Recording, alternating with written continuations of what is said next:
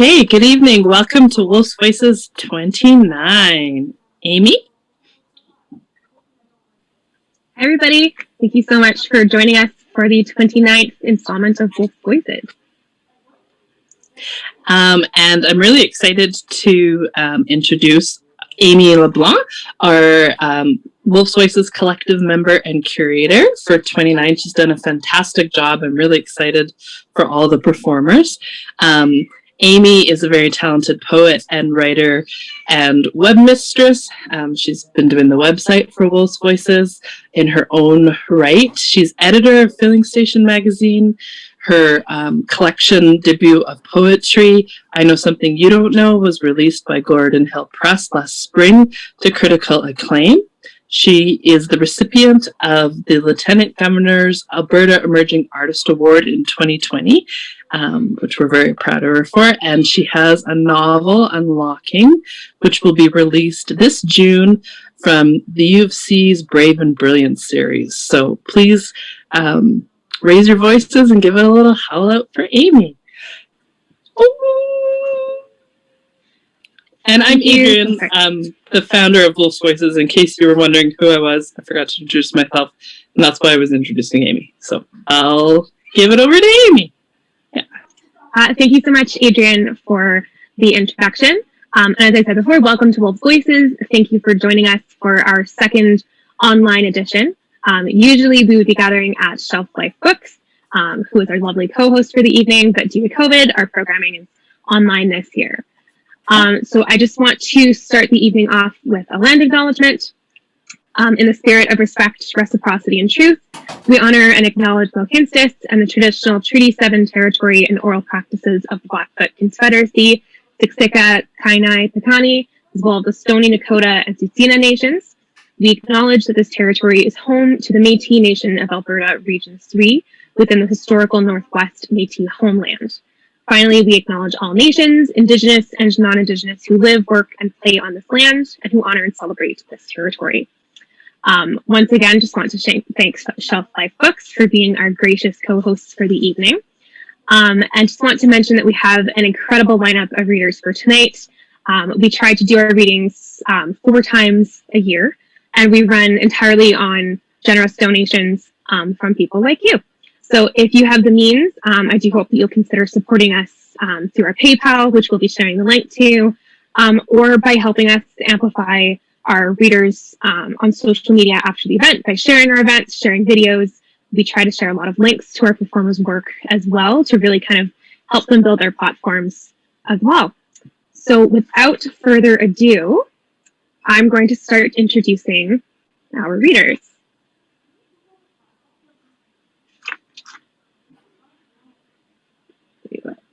Oops, that took me somewhere else.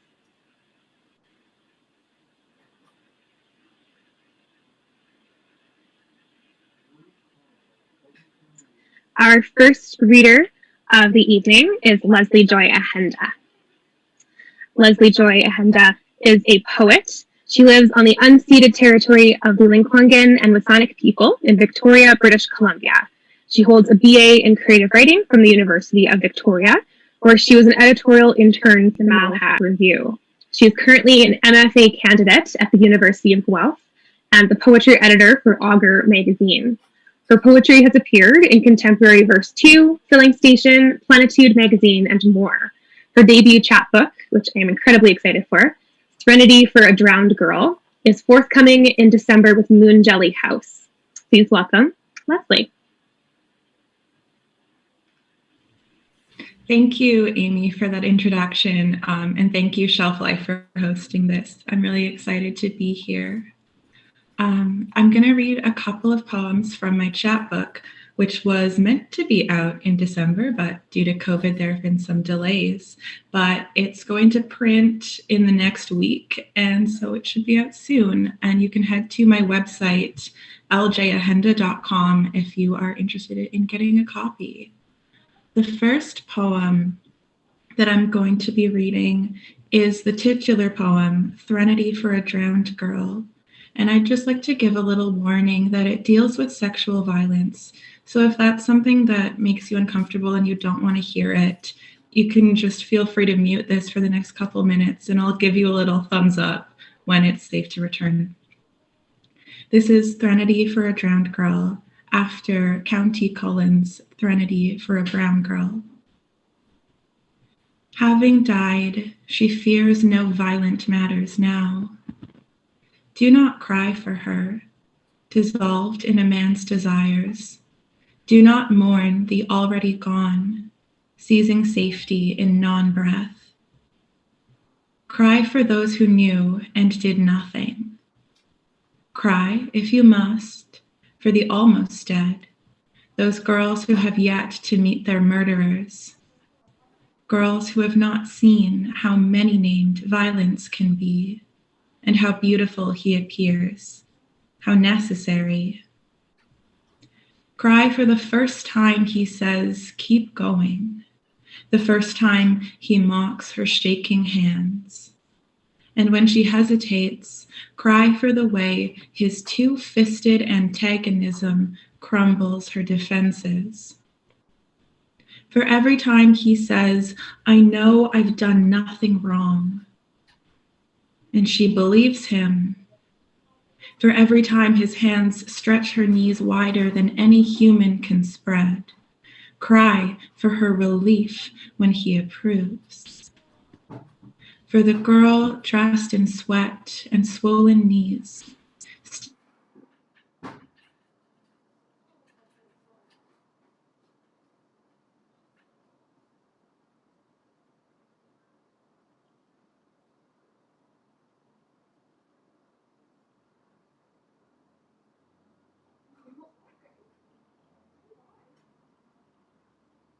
herself into someone he has never seen. But do not cry for the drowned girl. She has already removed herself. Leave her to her water bed. You are too late to be useful. Right. It's all safe now if you want to come back. The next poem is called The Sirenum Scopuli. And I think that's how you pronounce it, but I don't speak Greek. This is the region in Greek mythology that's said to be where the sirens lived and lured sailors to their deaths. After the ocean drains and the sirens can no longer protect us, they will flounder on the seafloor, drowning in all this dry. I will notice the ground like a sieve. I will see the drill holes and know the same men drained the sirens of their ocean as they drained me of myself. The sirens will look at me with tar in their eyes, and I will be afraid and immovable until one siren leaves her body and climbs inside me like a shell to ask, what heads will roll to write this? I will call up my sisters, drowned girls, all of us, to jury with me. I will walk with them to the guillotine, which still stands on the cliff's edge, and we will, each of us, conjure a man, chain their wrists with all the barbed wire they once used to embalm us, and strap kettlebells to their ankles. As each man appears, each head, like ceremony, will drop from the cliff's edge. Each head will fit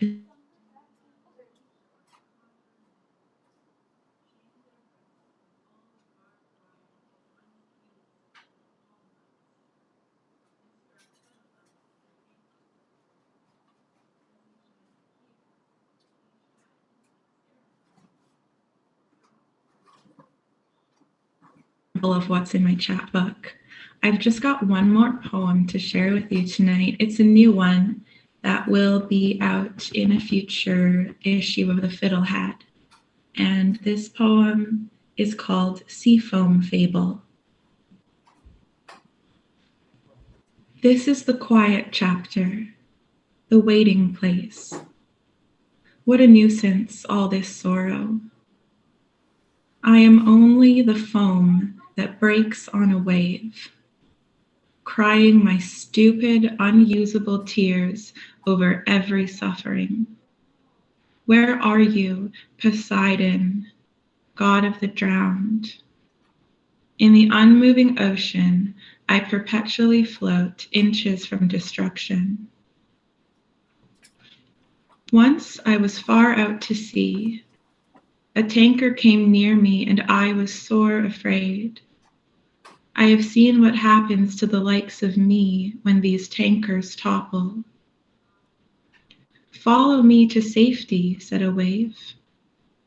Not tethered to the moon, I could not leave of my own volition. Said the wave, that's all right, I will carry you. And so on his back I sped away. As we approached the shore, his height built along with my purpose. I dared not look back. The wave rolled over and I burst forth and multiplied, gleeful in my roiling moment. Above me wavered a gull with slick black wings. Each flap dripped oil into the water until the gull itself fell to its drowning. The wave spit me aside and swallowed what oil he could hold. Like an oncoming storm, the sea pidge approached along the seafloor. I smalled myself into only a few bubbles on the water's surface. The ocean stilled to contain the damage, and so it remains. By some miracle, the oil droppings float only all around me. Poseidon, I weep. You rescued me, but what of all the others? And that is my time. Thank you. Thank you so much, Leslie. I am constantly blown away by your poetry. And definitely everybody keep your eye out for Leslie's chapbook, Trinity for a Drowned Girl, which will be coming out very soon. And I'll be very excited. Our next reader is Logan Pollon. Oh, it takes me back to the beginning every time.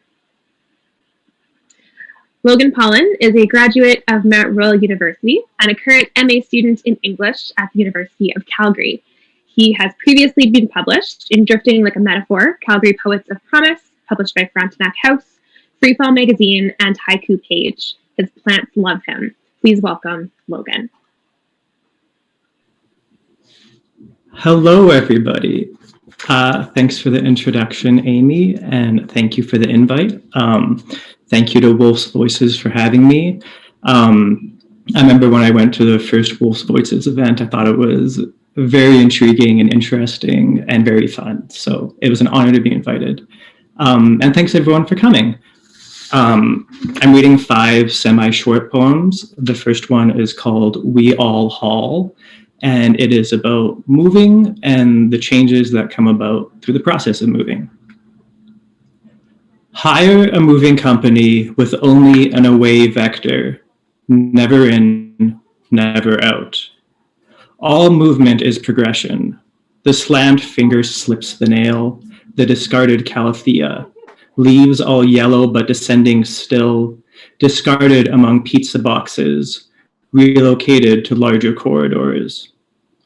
Moving is one of life's greatest stressors, besides divorce, weddings, loss, applications, creating your dating app profile, condensing a past into a present. Prius your pal promised would fit the bookcase, home for your tomes, left behind for inspection. The imprint in the wall was there before you moved, even though it fits your fist and a blue and scar shadows your handshake hand. So you hire moving people who announce that they are men through echoing subliminals, protesting their position of not currently complaining in an all-inclusive, of having to listen to a voice pitched from a fellow with 9 nails painted ocean blue, to lift your life and plants into the bed, because they deny help from hands and limbs like yours, while promising an absence of damage. My next one came from a prompt of helping people in the present moment, the uncertainty that's going on right now. And I want to focus on the idea of wholeness as well as washrooms. They're very personal. It's called Parts Sum. Water the calathea by the washroom window and kiss the pouring hand that brought the rain. A cell is seldom singular. Science insinuates you are a social organism, being a self-reflected, refracted, that many mitochondria might power fingertips to ascend scissors, clip keratin, a family of follicles surrounding your souls in your personal porcelain tub. 90% of hair is an anagen, extending past a precipice while you sweep the tiles around the sink the second time that morning. You are plenty of peninsulas. Even archipelagos are attached below the tide, and all the pipes of your place consolidate. The next one I'm going to read is quite short. It's a sexy and sad poem. Adjectives I'd probably use to describe myself on an okay day. It's called Peaches. We taught each other a syntax of stone fruits under Clementine's salt lamp light, wiped our negative ions against flat linen sheets. The juicy pluot thickened, but to all sweetness, a pit.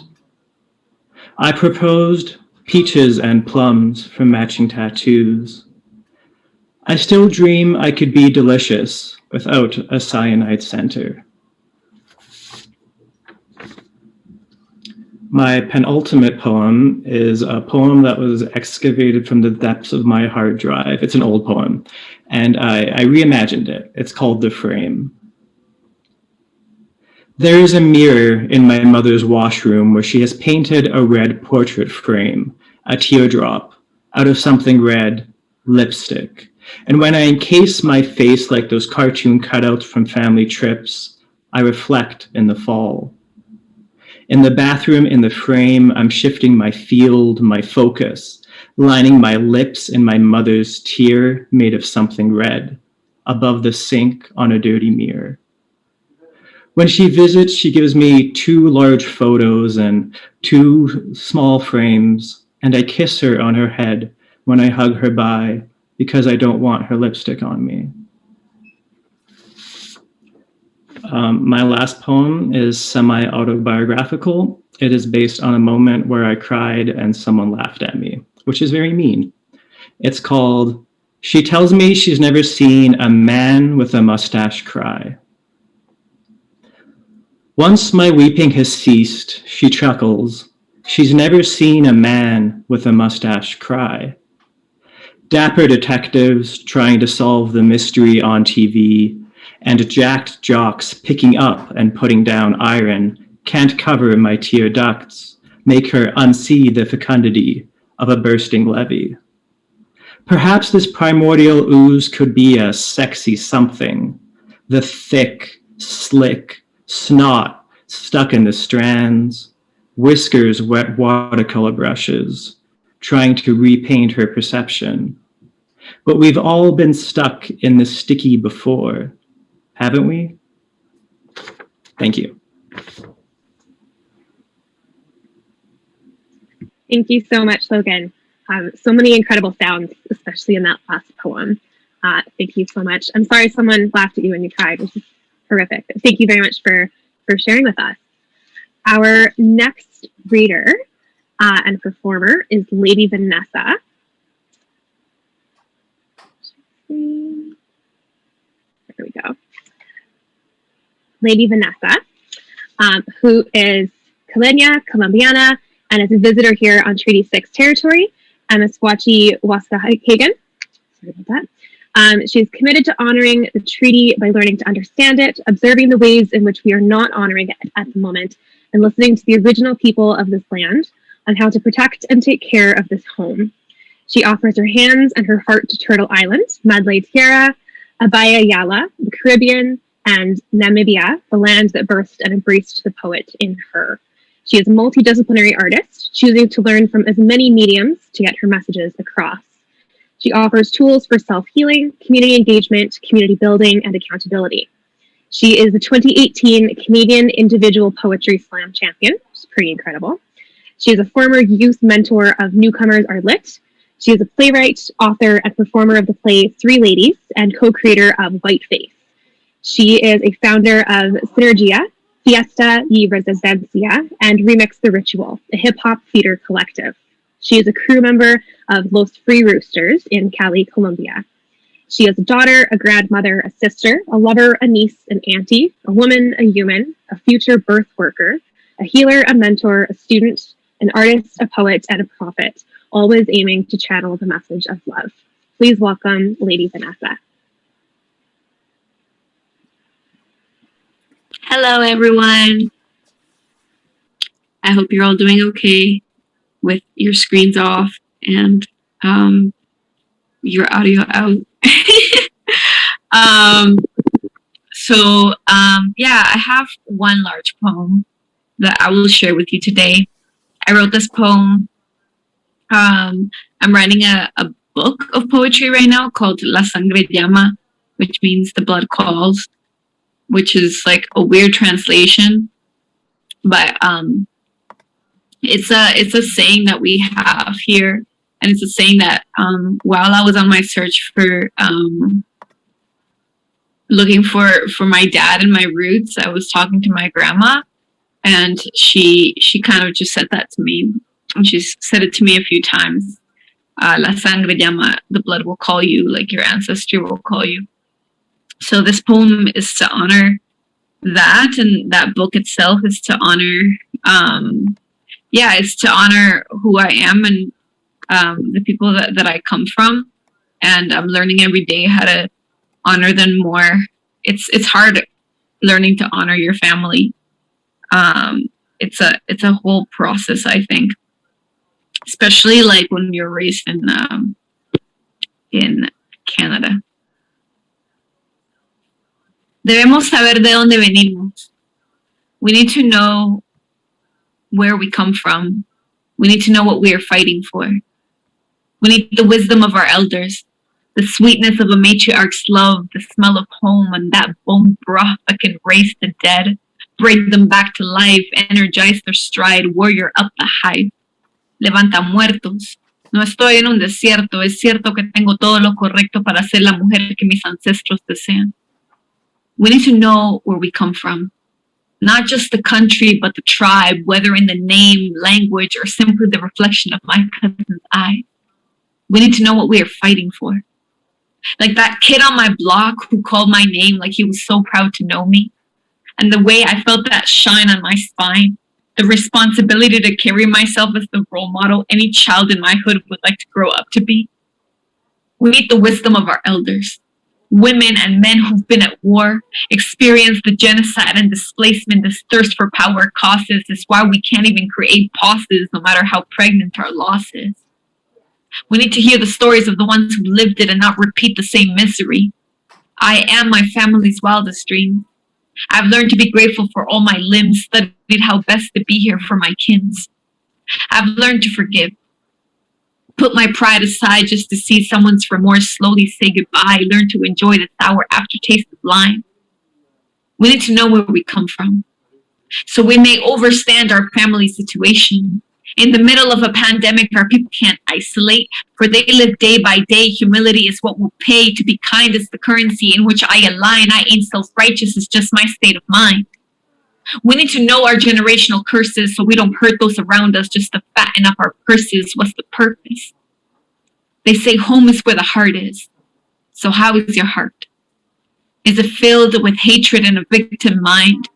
Or is it in the strength of a luchadora who knows her language, who knows better not to go looking for what she hasn't lost?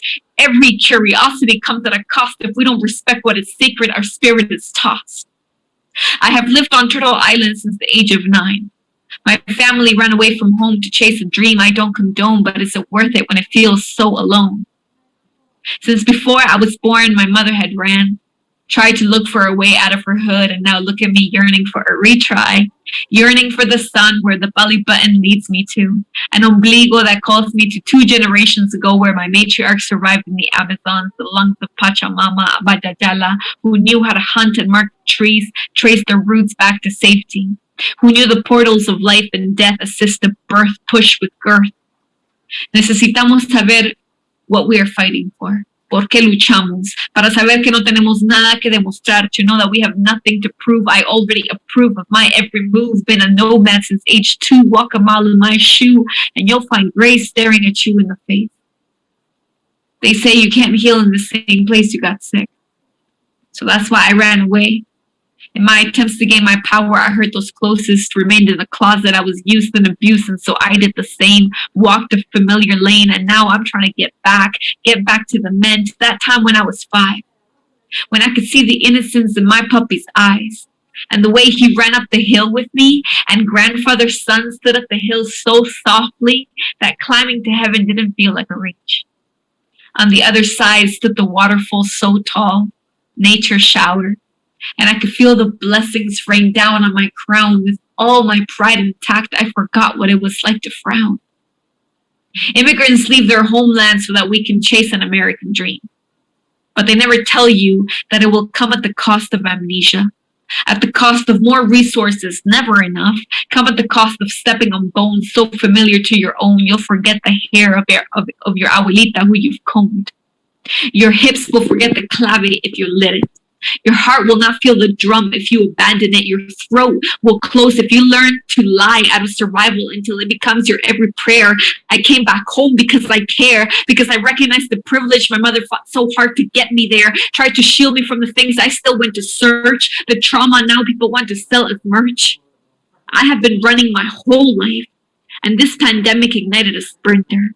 I've seen the iguanas, the eagles, the condors, the bats, the roaches, the noches, the stars on terraces, the mountains, the ocean, the rain, aguaceros, no seas groseros, the way people put their faith in un grosero. I've seen the desperate and the ones with the spirit of greed. I've seen how fear drives us to actions where we forget our spirit, push our limit.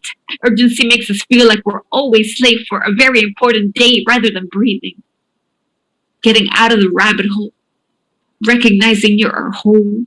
In the present, change your tone, enjoy that ice cream cone, create that paradise you can call your own.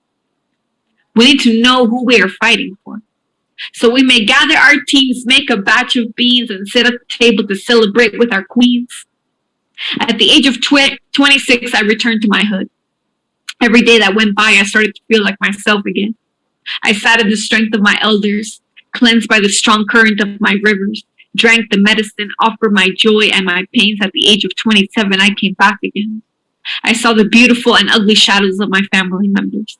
I was taught how to host and how to be a guest. I was taught how to clean a home and leave it cleaner than when you got there. I was taught to feed a crew of 10 or more. I was taught to cut the garlic, take the rock from the river, smash the ajo, smack it on the meat, massage it like you would a baby's feet, cook it on the open flame. Cook it on the open flame, forget the shame, listen to the yerba buena, grow canela, feel the strings on the guitar to teach your spirit how to spar. I went home, and I did not come back the same. For I know who I am now, stronger than ever. And when I get old, maybe I'll write this poem on my cane, sit on my patio with my great-grandchildren, great-great-grandchildren, and great-great-great-grandchild on my rocking chair. Whether it be here or another layer. And if God grants me this vision, I'll show them my care, show them compassion, and teach them to live a life that is fair. But until then, I'll return, sit humbly at my great-grandma's bed, ask her for wisdom, and hope that she'll share. Thank you, everyone. Thank you so much, Lady Vanessa. You gave me goosebumps. I would love to hear that entire poem all over again. Our next person is not a reader, is our featured musician, Caitlin Steinwad, also known as Tiger Sister. Tiger Sister is a multi-instrumentalist artist, Caitlin Steinwand, located in Calgary, Alberta. She was given the name Tiger Sister by friends she made while journeying through the foothills of central Nepal in the early 2010s. Her time in Nepal was difficult in that it triggered a dark night of the soul experience that would go on to last a number of years after her return. Yet it was in the midst of this inner turmoil that Tiger Sister took to escaping to the rooftops of various dwellings during her stay in Nepal, one of the few places where she could find the solitude necessary to properly consider and process her painful feelings and unsettling thoughts. It was in these high places, overlooking expanses of mist-covered Nepalese foothills, that Tiger Sister's first compositions began to take form. Since then, Tiger Sister continues to create stirring, cathartic sounds, vulnerably offered up to her listeners, a sincere attempt towards effective resonance and sonic understanding. Her gentle yet compelling vocals layer intricate harmonies and construct capacious crescendos atop an underlying minimalistic lo-fi musical approach. Her music seeks to explore and excavate the shadows, the often unspoken, perhaps shameful parts of ourselves, while at the same time leave space for the potentiality of wonder, hope, and joy. Caitlin Steinwand has been involved off and on in Calgary's music scene in various capacities since 2007. She is a former member of the band Quiet One, in which she was the lead vocalist, electric guitarist, and songwriter, as well as the Sweets, where she played drums. She has collaborated with Calgary-based artists such as Lauren Mann, She Bear, Ruben Bullock, Distance Bullock, Jay Bocott, Anna Vanderhake, Peter Penkala, and others. She also recently composed a soundtrack for a short film by local filmmaker Z.G. Hunter. If you check out our Facebook page, we have shared some links to Tiger Sister's work. So without further ado, please welcome Tiger Sister. Thank you, Amy. Just going to get some things set up here.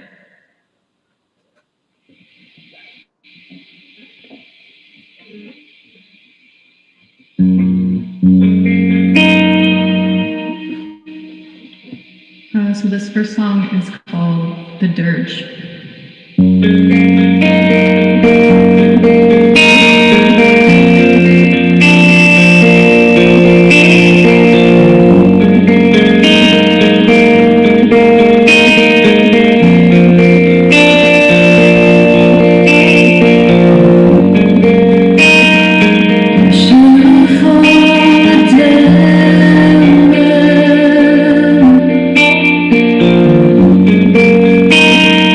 I can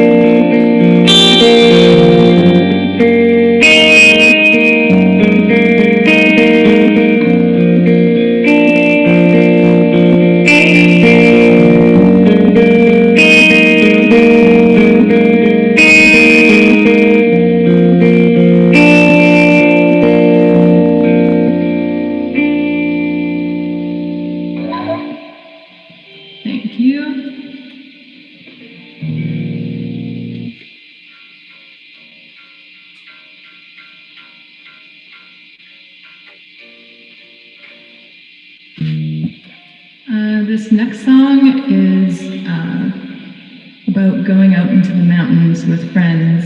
And yeah, since the pandemic, it's kind of maybe one of the only things one can do with one's friends these days. So.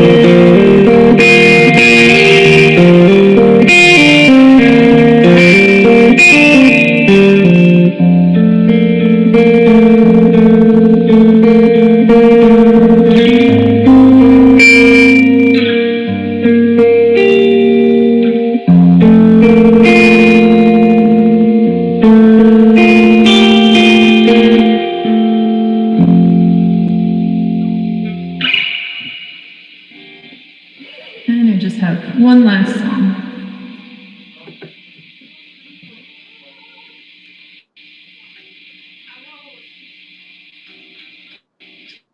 Gonna do a little tuning here.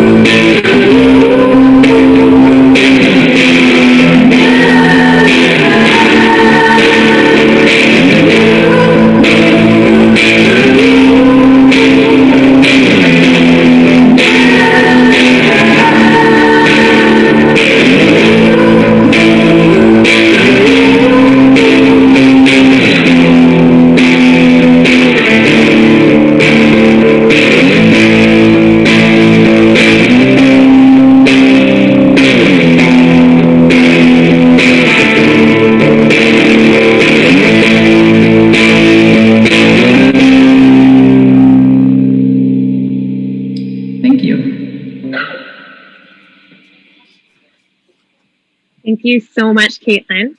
You're honestly one of my favorite musicians, so I can't wait until the day when I can see you play in person again. But thank you so much for sharing your music with us this evening.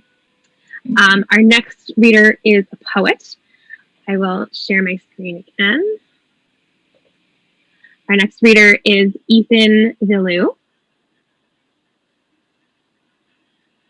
who is a writer, student, and editor from Calgary. Their poetry long sheet, which is brilliant, by the way, A Decision Resurrect, was published by the Blasted Tree in 2020.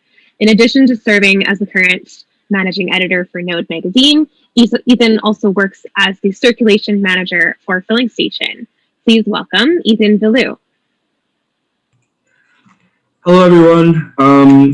Thank you so much to Amy and to Adrian and to every other member of the Wolf's Voices Collective, as well as to Shelf Life Books.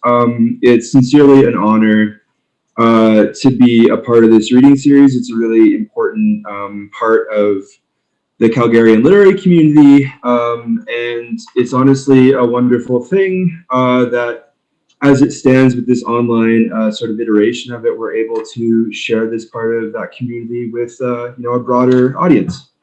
I'm really happy about that.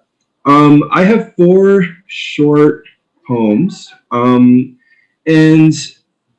my choice of which poems to read was sort of influenced by a conversation I've had with a bunch of different friends of mine around just kind of how difficult it's become for some of us to write poetry during the pandemic and sort of in this new era, quarantine, lockdown type conditions and all these different sort of dynamics that play into it, and how that's kind of affected the craft. And so what I thought I would do is read these 4 poems chronologically. They're all fairly recent. The first poem I'm going to read I wrote last June, and the 4th poem, the last poem, I wrote last week.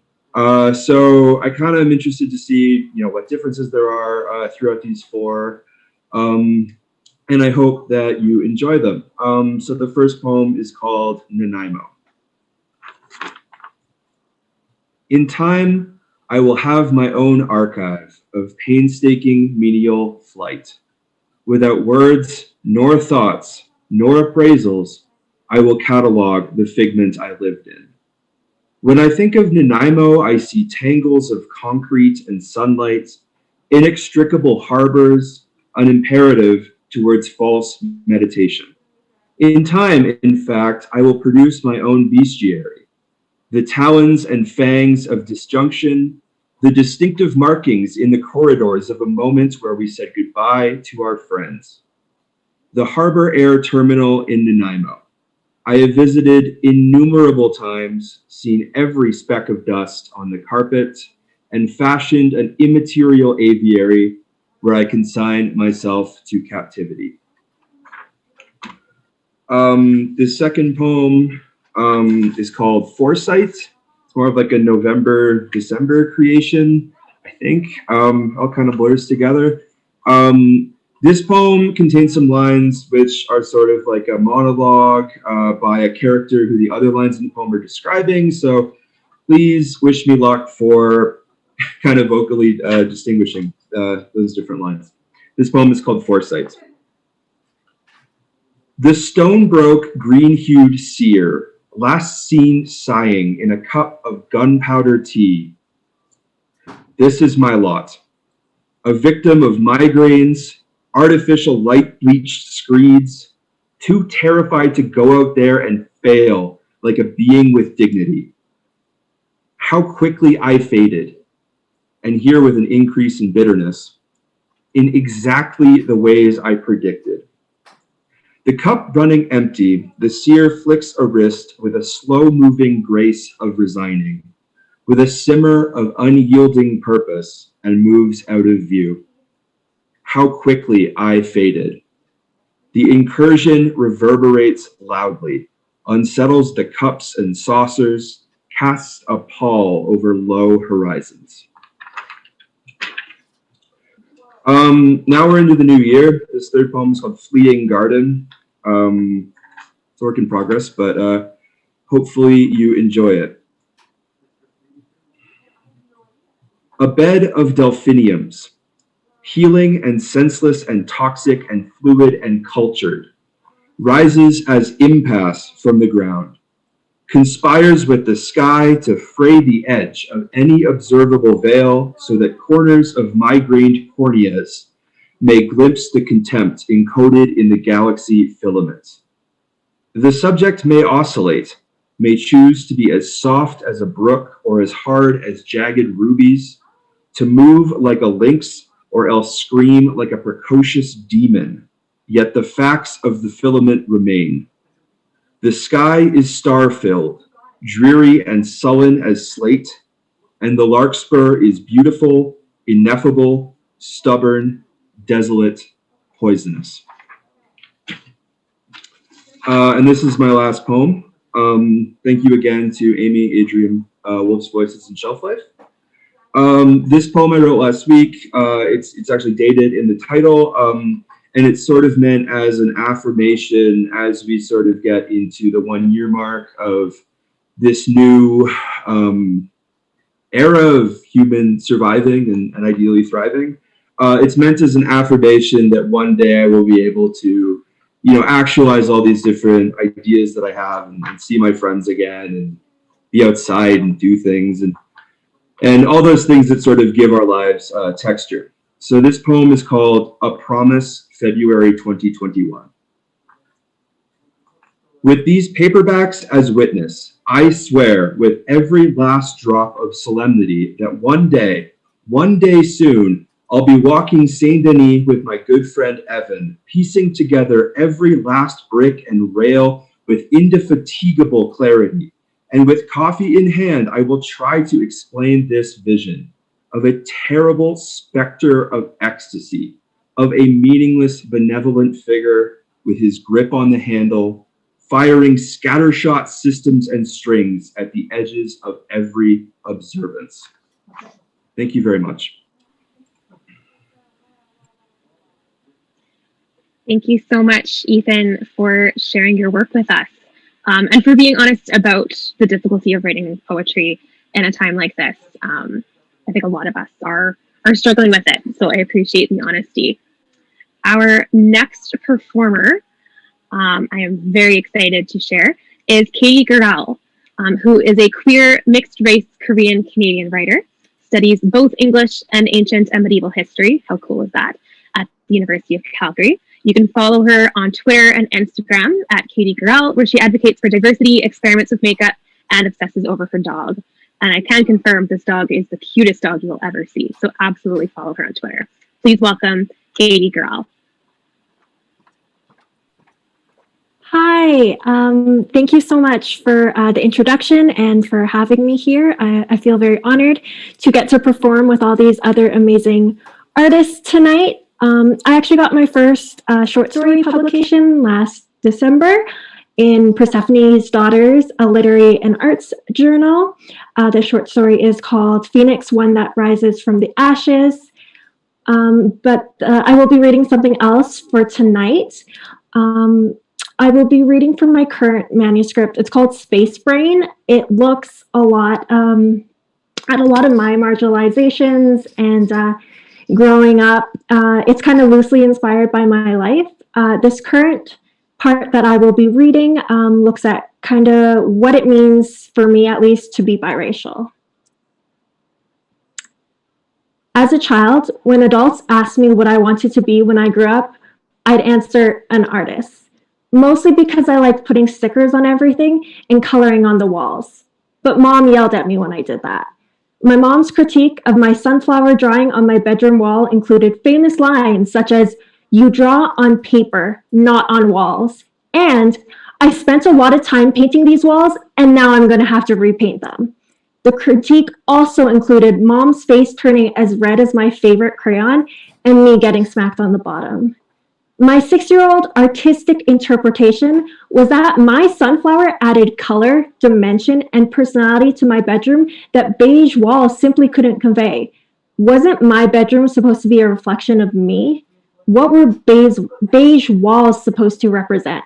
Plus, Where was mom's praise on how I colored in the lines of the sunflower expertly, or on how I had the foresight to grab a chair to draw the sunflower taller than my height?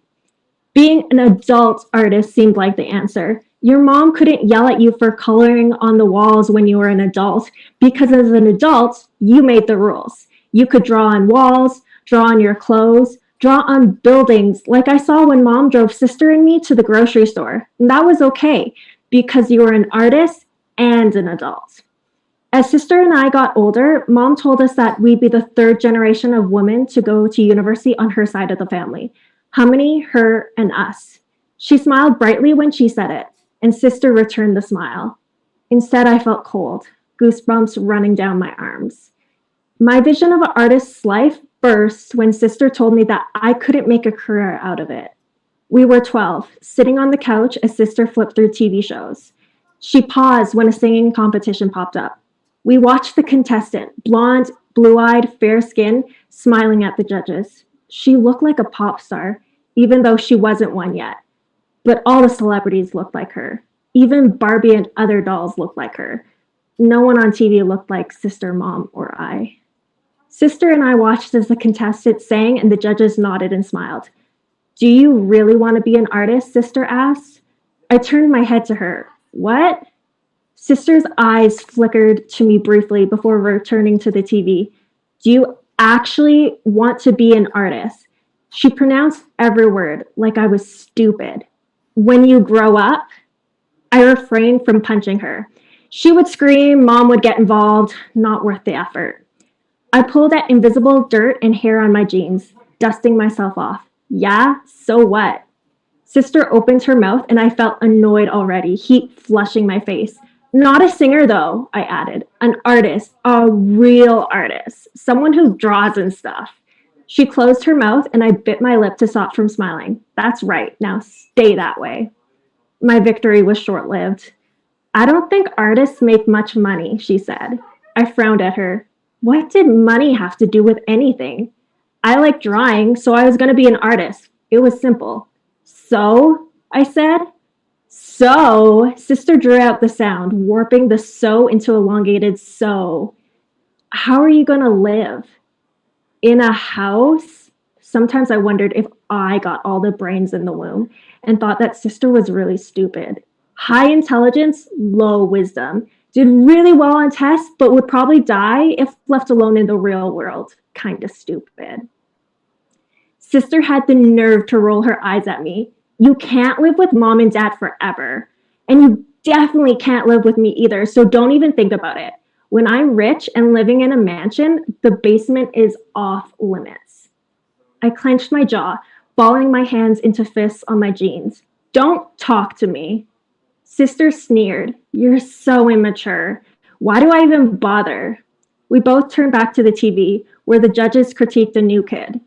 The show cut to commercials, and after watching a woman try to sell us toothpaste, convincing us of the whitening properties, sister turned to me again. It's just, she said, twirling strands of hair around her fingers. What? I wanted to throw back my head against the couch, but knew that sister would probably just belittle me if I did. She swallowed and nodded at the TV. Artists and like all type of artists. I mean, most of them are white. I didn't respond, and the silence hung between us. Right? She poked my leg and we made eye contact. Her brows furrowed over her eyes like mine. Not a monolid like our mom, but not a double eyelid like dad had. Hooded eyes.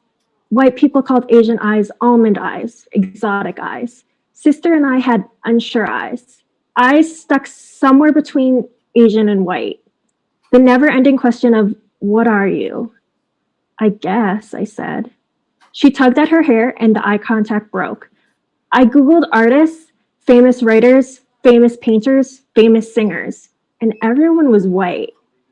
K-pop has, I started. K-pop has Koreans because it's from Korea, she finished for me. But we're in Canada. She lifted her legs up onto the couch, shifting her body to sit cross-legged facing me. Let's pretend we lived in Korea for a moment. Even if we lived in Korea, we wouldn't be Korean enough, you know? I smushed my lips together, letting them disappear as my eyes wandered back to the TV. I didn't want to talk about this anymore. Sister continued, because we're half white. But lucky for us, we're in Canada, right? Wrong. Sister got off the couch, standing in front of the TV, forcing me to look at her. Even in Canada, I don't know if you'd make it. I turned my gaze to the window. Past the curtains, the neighborhood sat silent. No one walked past, no dog barked, no bird chirped. The air floated along, rustling leaves on trees and through strands of grass. The occasional branch tapped against the window, almost saying, she's right, you know. You're not white enough. You're not Asian enough. To be not enough. To exist, but not. A limbo identity. Thank you. Thank you so much, Katie. And I do highly recommend checking out Katie's short story in Persephone's Daughters. It's a really excellent read. Our last reader, last but not least, is Meg Braem. Hi. Very excited to introduce Meg Braem. Meg Braem is the 2020-2021 Canadian Writer-in-Residence with the Calgary Distinguished Writers Program at the University of Calgary. Her plays have been nominated for a Governor General's Literary Award and won the Alberta Literary Award for Drama. She is a two-time winner of the Alberta Playwriting Competition. Meg's work has been presented at the Citadel Theatre, Theatre Calgary, the Belfry Theatre, Sage Theatre, Sparrow and Finch Theatre, Theatre Transit, Atomic Vaudeville, and Intrepid Theatre. She is a past playwright in residence at the Workshop West Playwrights Theatre and member of the Citadel Playwrights Forum. Her publications include Blood, a scientific romance, published by Playwrights Canada Press, Josephine Knott, also published by Playwrights Canada Press, and co-author with Nora Bowman and Dominic Lee, Feminist Resistance, a graphic novel published by the University of Toronto Press. Meg was the director of Alberta Theatre Project's Playwright Unit for 2 years and is a past Lee Playwright in Residence at the University of Alberta. Please welcome Meg Braem. Thank you. Thank you for having me, everybody. And it's been really great to hear so many different voices and to hear what you're working on. I feel really lucky to be here. I'm going to be reading a play tonight. So this is a play that I am just about finished, and it's called The Resurrectionists. And a resurrectionist is another name for a grave robber. So this takes place in Kingston in 1869. So this is at Queen's University, this first scene, and I'm going to read two scenes. So scene 1. Dr. Haid stands in front of a classroom. A body covered by a sheet lays in front of him. Dr. Haid. Galen was born in 129 AD, second only to Hippocrates. His medical study was highly influential for hundreds of years. Unable to complete his study on human subjects, Galen's speculation on the human body was a blend of philosophy and observations made through the dissection and vivisection of pigs and monkeys. Though similarities can be made between these creatures and ourselves, Andrew whispers to William, Andrew, some more than others, Dr. Haid. Without the ability to have first-hand knowledge, Galen's efforts to explain human anatomy somewhat mixed the mark. Andrew, Mabel Conroy is a proper pig if I ever saw one, and her father is of simian descent. Galen's dream. Do you have a question, Dr. Borhill? No, sir. You'll want to pay careful attention as you will be conducting your own dissection in the coming weeks. Yes, sir. To the class. Please come closer if you need to. The students take a step closer, forcing Andrew with them. The body is divided for dissection into the head and neck, thorax, abdomen, each of which will be divided by 2 students, upper and lower limbs, each which will be dissected by 1 student. Dr. Haid pulls back the sheet to reveal the body. There's a hush in the room. He holds up the knife to show how to hold it. Today we will be beginning with the abdomen. Please use a sturdy hand when holding the blade. He positions the scalpel. Hold gently between your index finger and thumb. William, you're in the way. You will incise the skin by holding the instrument at a 90-degree angle. I can't see. You will need to add pressure to keep your line straight. What's he doing? He's positioned the scalpel.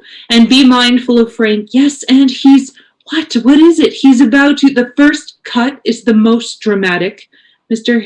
Haid begins the dissection. Oh, there we are. What? You want an incision that penetrates the subcutaneous layer without touching muscle. Oh, what? What's happening? You will be surprised at how fast you acclimatize. Tell me. I don't feel so good. What do you see? We will examine each layer individually. Tell me, the flesh can now be peeled back. I can see. What's it look like, Andrew? Andrew! Allowing us to take our first look inside. Andrew! Andrew faints, crumbling to the floor. Andrew! Dr. Haid looks up from what he's doing. Mr. Shaley, would you please take Mr. Borhill out for some air? Yes, sir. Dr. Haid continues with his dissection. We will work from the sternum towards the ribs in an orderly fashion. William waves his book over Andrew as he lays passed out on the floor. Scene 2. Dr. Haid sits at his desk in the medical school with the door slightly ajar. Officer Tompkins knocks on the door. Come in. Officer Tompkins enters.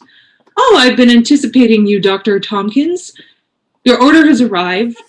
I've told them, Dr. Tompkins. Your order has arrived. I've told them to deliver it around back. Very good. I just need your signature for our records. Tompkins hands the invoice to Dr. Haid, who looks it over. You've come from the penitentiary? Yes, sir. Have the conditions changed much in the past 6 months? I'm not sure what you mean, Professor. Have there been adjustments to make the stay more hospitable? And quite the contrary, there are the changes that accumulate over time, the wear and tear that bring age to the inside of a prison. The walls dampen and the drafts shiver with each passing year, but I assure you it is an impassable structure. Glad to hear it. Is there something wrong with your invoice? No, well, not in the way you're thinking. The medical school and the penitentiary work together marvelously well at times. Inmates are not known for living particularly long lives. Drink and crime take their toll, and the accommodations do nothing to promote longevity. It is an open secret that once perished, they will be brought here to the anatomy lab. A fate sure to deter some illegal action, but alas, not all. Alas. There seems to be new convicts monthly. Well, the place must be getting crowded. You see, I requested 15 cadavers for the beginning of the semester. We are now 2.5 weeks into the term, and this says that only 2 of them have been fulfilled. The inmates aren't dying at a rate that can supply demand, sir. What does the penitentiary do above using tax dollars to provide free lodging and square meals for the criminals of this city? I can assure you that we are committed to upholding the law, and I can assure you that I am committed to upholding the oath in which I promised to do no harm. Without obtainable body acquisition, the students are at risk of graduating without the depth of knowledge needed. Kingston is safe because the criminals aren't on the street. Well, I wonder if the threat of incarceration doesn't become an incentive to break the law. Dr. Haid, please tell your superiors to uncork the flow of bodies in this city. I'll make sure to file your comment. Thank you, Dr. Tompkins. Good day. Dr. Haid continues with work. Officer Tompkins casually opens an anatomy textbook left on the table. He looks inside. It's a gruesome business you're in, isn't it, Doctor? Well, no more than yours, I would think. We deal with the same sorts of people, though I must say they are wonderfully quiet by the time they arrive here. Thank you.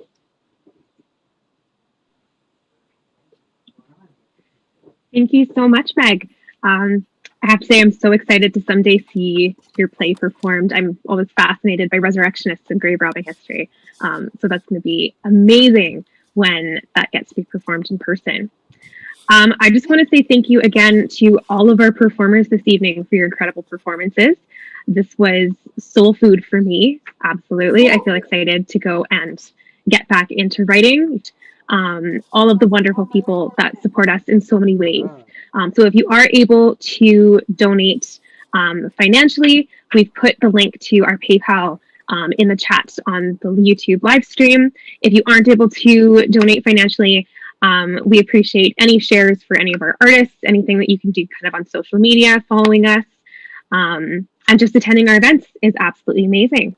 So on that note, the next edition of Wolf's Voices is going to be a special edition on March 23rd for Barbara Bickle's book release, which will have a few of our Wolf's Voices collective members.